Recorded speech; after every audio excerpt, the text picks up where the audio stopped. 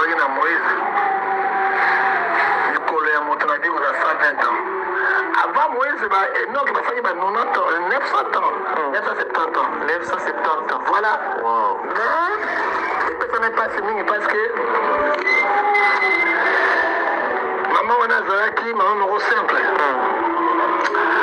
azalaki critère d'une très bonne femme po tolobi yango na mokanda na nzambe proverbe 14 verset 1 mais liwa ya priske arrêt cardiaque mobali mpe azalaki te ezali liwa moko mpo na ngai ezali suspect nalobi te ete pase masela bongi mwasi na ye te parce que masela elingaki mwasi na ye mingi mais biso totikali tolembisango barando fo ete ya biso parce que Hébreu 12 verset 14 chercher la paix avec tous sans laquelle personne peut voir Dieu tolembisango barando et puis effecter déjà code de Christ et masela azali n'importe quel te pasteur maman wana azali comparatrice na ye azali mama oyo toyokani na mbemba te aloba te asa eloko te eza desu ya nzambe ezali mais toyeba boye vin oyo satan amelaka boye ezala makila ya bato accident bamort subite na makambo ebele Marcelo c'est un grand pasteur azali kopasteur eza eglise ya monene estce ata moto moko te amonaki liwa ya mama yango réponse à opesa yo Deutéronome 29 verset 29 les choses cachées sont allées internet et il devait se payer à la servité et que ce quoi compassion ya monene pourquoi amonaki te mama alingaki na Turquie ali kokende te tomoni liwa liboso te mpona nzambe nde mobombi nyonso moto ayebi nyonso ezali nzambe totika kotokomisa na place ya nzambe eloko mosama mokritela matthieu chapitre 3 verset 39 on amène limite volonté mpe ya nzambe ezala kati mais mpo na nga liwa ya mama chance ezali flou eza flou natique point d'interrogation eza liwa moko normal ezali flou liwa ya mama chance madame Marcel nalobi natie point d'interrogation ezali flou Osée 4:6 mon père terrible avec reconnaissance 88 motala matala oyoka ayoka tosambiasa est ce que ekoki ozala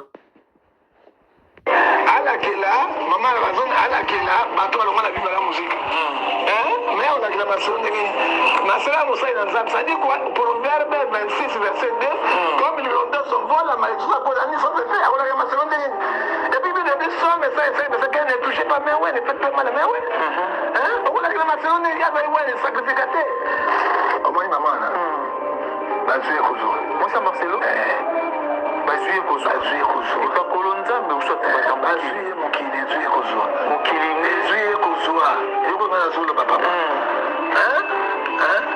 kandia yango mbalali balamoita we ndi mosambelaki te nzambe aprotege te akoprotege okendaka kokoma kozonga na yo seke edi na bible azali kopasio eza eglize ya monene estce ata moto moko te amonaki liwa ya mama yango réponse aopesa yo Deutéronome 29 verset 29 les choses cachées sont allées internet et il devait se payer à la servité et que ce soit compassion ya monene pourquoi amonaki te mama alingaki na Turquie ali kokende te tomoni liwa liboso te mpona nzambe nde mobombi nyonso soki moto ayebi date ya liwa c'est scientifique ntoki soki moto ayebi date ya liwa aza na précision ya liwa na ye otasesoki kati me mpo na nga liwa ya mama chance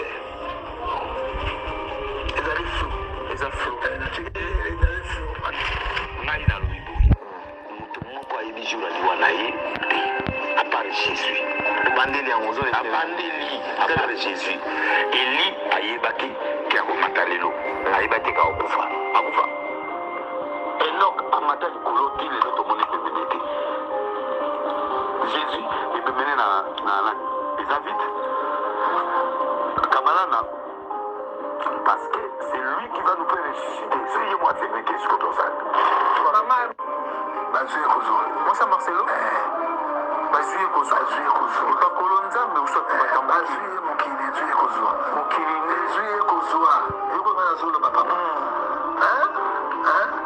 kandia yango mbalali balamoita kufi ezali mosali na nzambe ndi mosambelaki te nzambe aprotege te protéger au Kenya, vous comment vous en ce que dit la Bible.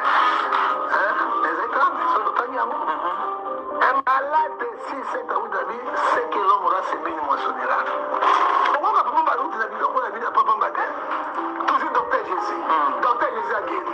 Docteur Jésus a fait ceci. Papa, je n'ai jamais vu papa Marout les ont condamnés.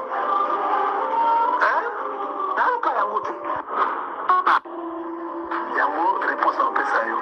Deutéronome 29, verset 29. Les choses cachées sont à l'éternel. Et il devait se faire une paix à la servité. Et que ce soit compassion, il y a mon nez. Pourquoi mon ami, maman, elle a dit qu'elle était tout le monde, elle vous a bien mon bon mignon.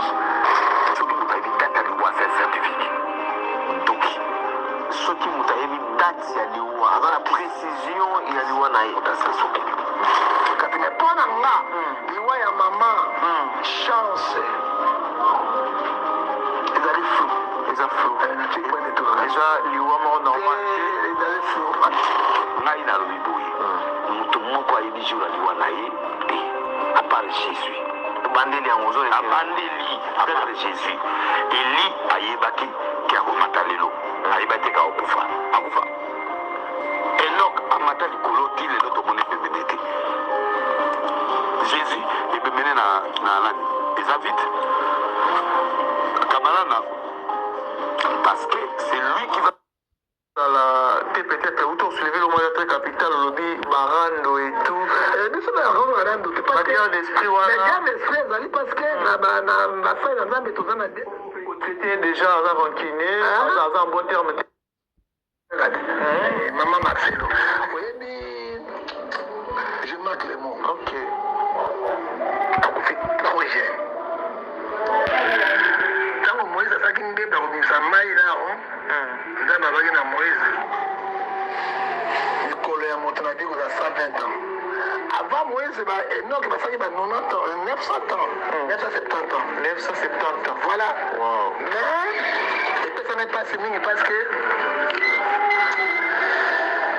maman on a Zalaki, maman Moro simple. C'était une très bonne femme. Aujourd'hui, à moi, dans mon canal, dans Zambie, proverbe 14, verset 1. Mais il y a plus que arrêt cardiaque. Au bas, il peut être quitté.